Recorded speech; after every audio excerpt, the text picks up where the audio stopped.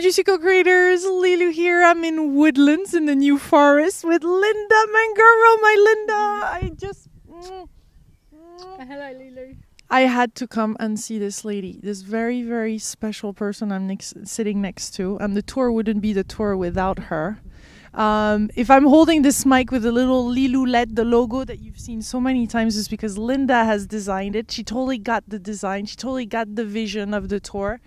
And I love how now you're doing some for every single country. Yeah. So you're a graphic designer, and you're a published author now. I am now a graphic designer, artist and author, and I know it's been a pleasure to create this Lilou design for you and support the tour and the website, and we're making some of these for every country you go to now, which is really cool and fun. I just love it because, as you know, the tour functions through donations, through the support of everybody watching, and so people like Lynda make it possible, and she takes care of the website, she takes care of the logo design, and she is just so gifted. It's just such a pleasure, and I feel these days it's so important to be surrounded by good people with similar intentions, similar visions. Yeah, I think when you really start living your passion and you really tune into what you love to do and just do it day in, day out, then the universe kind of lines you up with those people and brings them into your life. Things you don't even have to look. Things come along and people come along. Just like I happened to see a video of you one day and you happened Michael Lozier? Yes, and you were looking for somebody to create a logo for you, and I just knew. I think you start living in a place where you don't have to ask, things just happen and you just know they're meant to be. When you're really living your purpose and doing what you love and what you came here to do, things just get handed to you on a plate. That's how it really seems to be working now, and I love it. And it all started from a failure on my end, supposedly failure, because somebody else was supposed to design it, and then this person, it was always a struggle to get this person, and this person was not showing up, and I'm like, oh no, this is not gonna happen.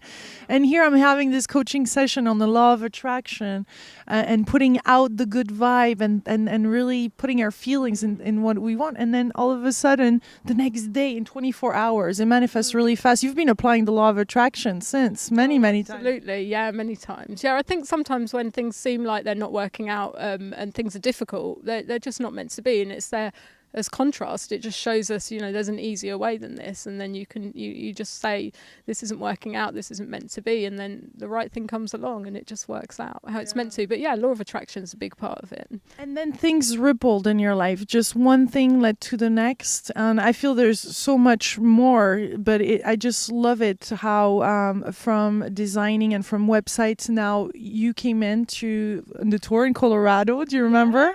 And then since then you've been inspired to paint. So Lynda, here we are now on Skype. Hi again. I love it how through one technical difficulty that we had, thanks to technology, we're able to continue this interview. It's like you're so busy now that you don't have time to finish even the interview with me. I have to squeeze you in now.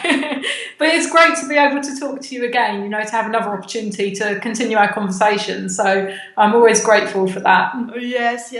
And I'm grateful for your work. And we were just at that place where we're talking about the law of attraction and how through the interview with Michael Lozier, we met and we connected, and you contacted me to do the Lilou.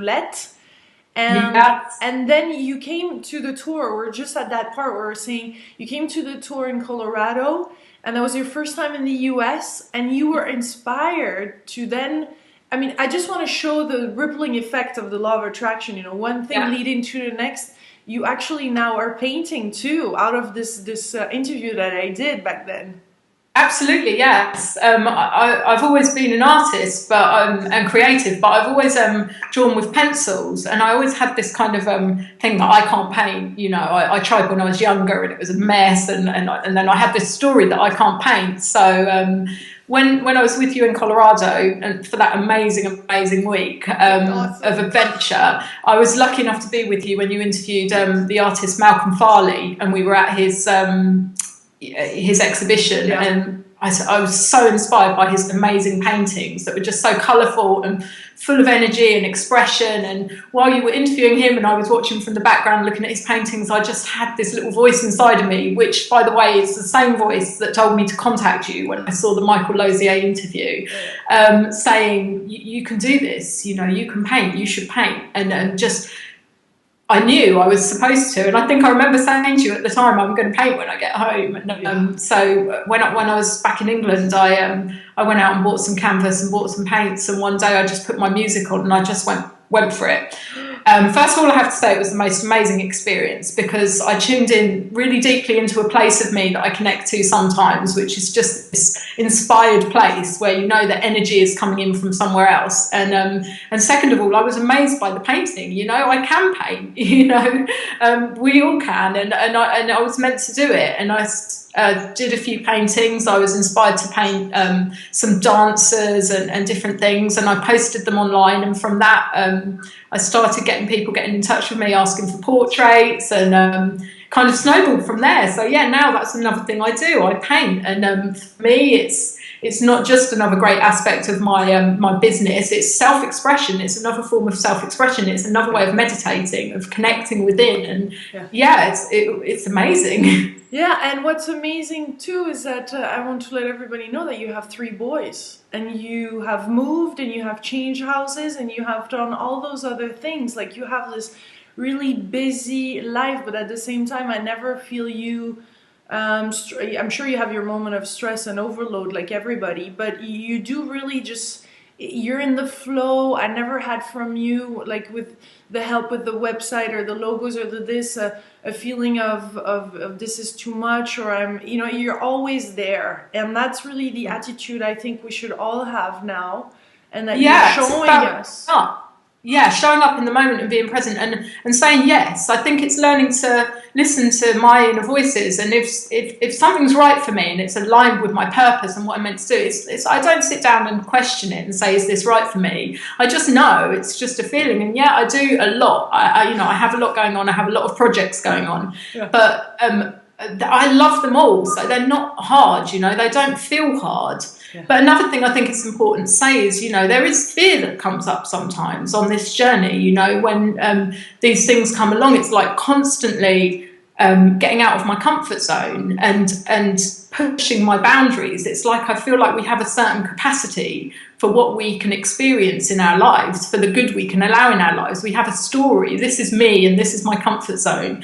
And when you stay within that comfort zone, you know, you can end up feeling really bored and resentful, and like, you know, I'm not doing what I'm supposed to do. What am I here for? You really need to push yourself out of your comfort zone. This journey, when you're led on this journey through law of attraction, through things coming to you, it's not always easy. You know, there's times when, you know, when I've in the past felt real anxiety and real fears coming up. In fact, for a long time, my story was I'm a sufferer of anxiety. For a long, long time before I met you and before I really embraced this journey, I really held myself back for a lot of years because I was scared of fear. I really was scared of fear itself, and I really, really suffered with the fear because I told myself I didn't want to feel fear. So when I can remember times when I'd first left university and I was looking for a job, I was so terrified of job interviews.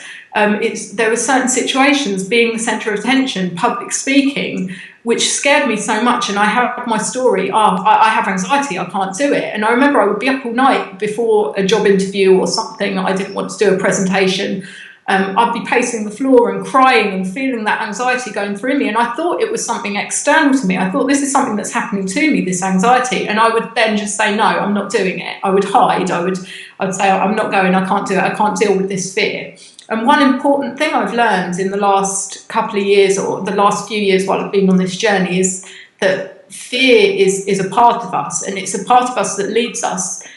It leads us to a part of ourselves that just needs to be loved and accepted. So now I don't say, I want you to go away, fear. Yeah. Now when I feel a bit of anxiety, I think, there's another opportunity for me to expand my comfort zone. And now when I feel that fear, and if it's something I know I'm meant to do, I say yes anyway, and I go for it. And I know I'm going to feel the fear, But I know that it's okay, that the fear is just a natural part of expanding myself and of stepping out of my comfort zone. And by doing so, the fear, as soon as I look at it and acknowledge it and say, I know what you are, you're just a part of me, you know, you're a part of me that's scared, but that's okay. You're not the real, full, authentic me. I can step into the real, full, authentic me and look after that part of me that's scared. You can come along with me, and then everything feels so much easier. The fear's not as bad anymore, and suddenly I've expanded what's possible in my life. And I think that's the key to really allowing these new opportunities and things to come to us, because we're saying yes instead of saying no. Yeah. And I think that's really been a huge part of how my kind of journey has snowballed, and these amazing things keep coming along and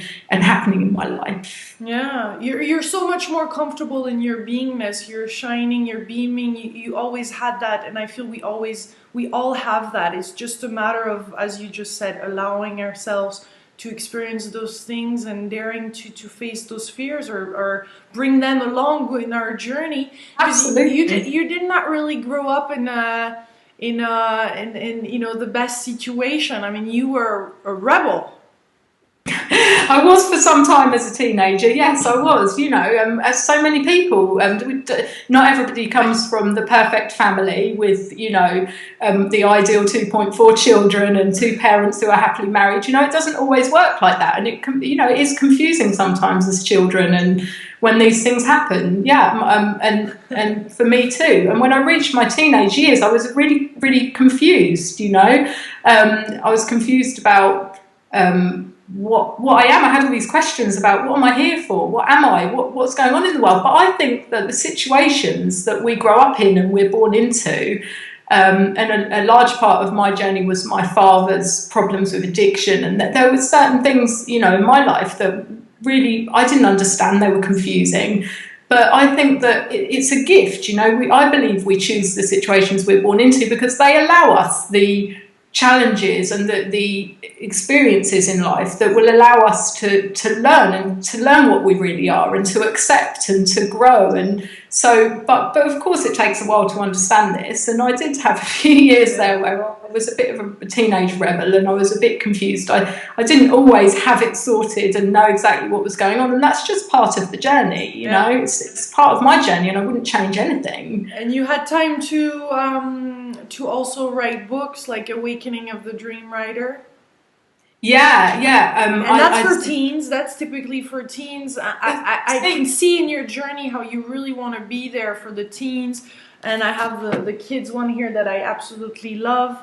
And I know that you want to support children and teenagers along in their journey. Absolutely. You have yourself 3 boys that are becoming teens. I'm passionate about inspiring young people because, as we were just saying, you know, we were all children once, we were all teenagers once, we all have questions, and I think it's about shifting from living, you know, the story and the conditioning and what we see growing up and what we're told the world is, to really stepping into another way of being, to really asking questions about the world and saying maybe everything's not as I'm told it is, or you know, as I perceive it to be. And I think if we can encourage young people to have an open mind to ask these questions, well, that's the best gift we can give them. And so I've always loved to write, and I wrote my 2 books for young people. I wrote the one you're holding up, Where's the Magic Wand? To try and teach some of these things I'm learning at a really basic level. That's my little wizard who teaches little Tommy. Little Tommy Wonders is the series. And the wizard comes along to teach him, you know, that we're all magic and that we create our lives at a really basic level. I think this is knowledge we can give our children. There's so many cultures in the world where, you know, these basic spiritual truths about life are kind of taught from a young age, but in a lot of the Western world, they're not. We don't teach these things to our children. You know, we teach that quite often through society, not necessarily as parents, but through society. We teach that you're born, you have to have a career and make as much money as you can, get as much stuff as you can. That's what makes you successful, and then you die, and that's it. And quite often, I think there's missing an aspect of, you know, some knowledge of what we really are, that we're far more than that. We're far more than our physical bodies, and we're here with a purpose, and that, you know, death's not something to be feared, and that we're powerful beyond belief. We're here to do what we love, and there's so many things. So I love to try and teach this through my books. And now through programs, I just love it. Oh, Lynda, you're such a perfect example. I love you so much. You're such a perfect example of what's possible. I just see you keep on opening up, and now you're teaching kids. I mean, how fantastic is that? You're going to schools. Tell us about it. Yeah, this was just another amazing thing that came along. Again, when you're in that flow and you're tuned in and you're willing to say yes to anything, even if it scares you, if it feels right and it's aligned with your purpose. I just happened to meet a guy who was a head teacher at a school in Worthing where I was living, and we were talking about my books, and he said, you have to come into the school. It was kind of put to me on a plate, and I thought, well, yes, I'd love to connect with children. You know, it's one thing writing the books, but to be able to go in and actually work with the children. So I said, instead of just coming in and showing my books and talking to them about the book, I'd love to actually come in and really work with them. And I think a real gift for me in life has been my creativity, my ability to pick up a pencil and draw, pick up a pen and write a poem or a story. I've only really learned since I was an adult how important that has been to me. It's a form of self-expression, and if we give ourselves a way of expressing every part of ourselves, even the parts that might sometimes be confused, hurt, especially when you're younger and you're confused, hurt, in pain, angry. If you can give yourself a form of expression through writing or through drawing, then you're expressing all those parts of yourselves, and then they're not going to come out unconsciously. You're becoming really conscious of all parts of yourself. So this is what I've been going into the schools and working with children on creative writing and really encouraging them to develop a passion for writing in order to express themselves. And they've written some amazing short stories. I was so bowled over by the results of the workshop. They really put real feeling in and real expression in there. And so it's just been amazing. It's such an honour to be able to go into the schools and work with children in this way. Show us. I think you're around here because I just came to visit you, of course, as we saw at the beginning of interview in Rome. So is there the little article, the little newspaper? That's it. Tell us about that story. You've got the memory. Wherever you are, guys, this is a real true story. Look, she ended up in a newspaper with the kids around, and this was not expected. No, I didn't even know. I mean, obviously I knew a photographer had come in and taken the picture during the workshop, which the school arranged. I had no idea he was coming in. And then he said, we come around and take pictures of events and things. So it may or may not get used. And then one day my friend just said to me, I saw you in the paper. And I had no idea. And I read the article, and they titled it Magical Mangoro, which I lovely. Clap, clap. It's just, seeing things show up in your life, amazing things show up when you're tuned into that flow. And it's and trusting. I saw you trusting big time. Absolutely. Really trusting. I mean, I think another key, as well as stepping into your fear and befriending your fear, is my fear. I just own it. My fear is really understanding that it all happens inside. We try and change things on the outside. We think, I'm not happy with my life, I'm not happy with this, I'm not happy with that, and we might make changes on the outside, but I don't think that ever really has any lasting effects. It's about doing the work within and really going inside and working on, well, what are you really tuned into? Are you tuned into love and possibility and wonder and magic? What are you feeling inside? Because when you change your perspective inside, you suddenly see your world on the outside change to reflect that. Everything really happens on the inside, and really making that kind of really getting that can change everything in your life. It did for me. Definitely, that was a huge part of my understanding. Yeah, and you're a yes to life. You're a yes. You don't know sometimes, I'm sure, how it's going to happen or how you're going to put it together. But you allow yourself to be in that place. You allow you just know you're probably, as I'm doing on the tour, you just found yourself in those places. You're like, whoa, okay, now there we are. Yeah, and sometimes you have an idea. You think, sometimes I have an idea, and I think, well, this is meant to be. And like when I get a story, like with the Dream Riders, the book for the teens, that story just was in my head so strongly. And I know the story and the characters are all reflections of parts of me, but it's also, there's a bit of magic in there, and there are some lessons in there for the teens. Now, I knew I was supposed to write this story because it's that feeling, that buzz. I'm meant to do this. I'm meant to do this. So I wrote the book. I had no idea what would happen with it. Of course, I had a vision. You know, I wanted it to be published. I had that vision, but I knew that I couldn't make it happen. You know, I knew I couldn't just knock on a publisher's door and it would just happen. I had to believe inside that it was meant to happen. I was meant to be doing it, and that the right things and the right people and the right opportunities will come along, and they have. Just like I know inside of me that I have a real vision and feeling that it will be on the screen one day. You know, I see it as a TV show or a movie, but I'm not sitting here knocking down on all the directors and producers' doors trying to make it happen, because I feel that when I tune into that vision, you know, it will come to me. I'll be beaming that vision of it already having happened, and all the people and opportunities and possibilities will just come along, and I'm not attached to any outcomes. And that's how I really work with everything. You know, I have visions and I do what I'm inspired to do, and then I trust, as you said, trust is so important, that what's meant to happen will happen, and it's kind of just just sitting in the mystery of life and loving it. Yeah, that is so right. And that reminds me of just the interview I'm going to post that happened right after you with Tim Frick, that is a philosopher, and it was about the mystery experience and how we just have to welcome that mystery every day. That is so absolutely, yeah, because our mind really wants to know all the answers. So when you're living on that kind of level of the mind, you're kind of like, but how is it going to work, and how is this going to happen, and how will I make this successful? And you know, I slip back into that all the time. I might wake up and think, right, well, why hasn't this happened? I need to do this, and then I remember and I think, no, because the part of me that's creating this world is bigger than my mind, and therefore I can't always know. You know, I have to be willing to live in that mystery and in that not knowing, because that's where I allow things to come in that I might not even have imagined or conceived were possible. You know, I really allow for possibility then, and that's when magic happens. Yes. Oh, yeah. I'm so happy we got to finish this conversation over Skype, that you get to share this, because this is a true life example, and that's what I really go for in the interviews. And you're a pure gem, pure beauty. I'm really excited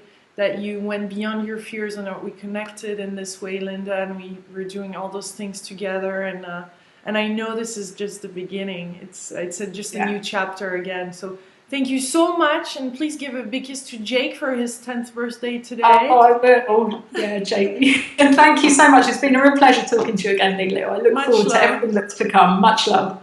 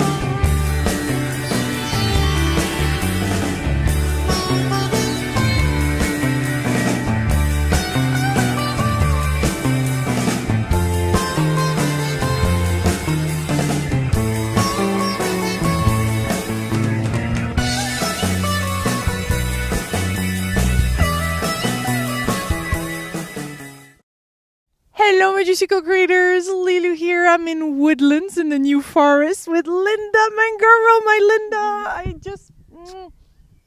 Hello, Lilou. I had to come and see this lady, this very, very special person I'm sitting next to, and the tour wouldn't be the tour without her.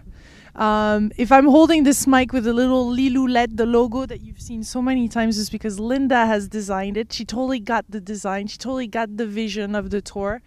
And I love how now you're doing some for every... In your purpose and, you know, doing what you love and what you came here to do. Things just get handed to you on a plate. That's how it really seems to be working now. And I love it, yeah. And it all started from a failure on my end, supposedly failure, because somebody else was supposed to design it. And then this person, it was always a struggle to get this person, and this person was not showing up. And I'm like, oh no, this is not going to happen. And here I'm having this coaching session on the law of attraction. And putting out the good vibe and really putting our feelings in what we want. And then all of a sudden, the next day, in 24 hours, it manifests really fast. You've been applying the law of attraction. These days, it's so important to be surrounded by good people with similar intentions, similar visions. Yeah, I think when you really start living your passion and you really tune into what you love to do and just do it day in, day out, then the universe kind of lines you up with those people and brings them into your life. Things you don't even have to look. Things come along and people come along. Just like I happened to see a video of you one day and you happened Michael Luzier? Yes, and you were looking for somebody to create a logo for you. And I just knew, I think you start living in a place where you don't have to ask, things just happen and you just know they're meant to be when you're really living single country. Yeah. So you're a graphic designer, yeah. And you're a published author now. I am now a graphic designer, artist and author, yeah. And I know it's been a pleasure to create this Lilou design for you and support the tour and the website. And yeah, we're making some of these for every country you go to now, which is really cool and fun. I just love it because, as you know, the tour functions through donations, through the support of everybody watching. And so people like Lynda make it possible, and she takes care of the website, she takes care of the logo design, and she is just so gifted. It's just such a pleasure, and I feel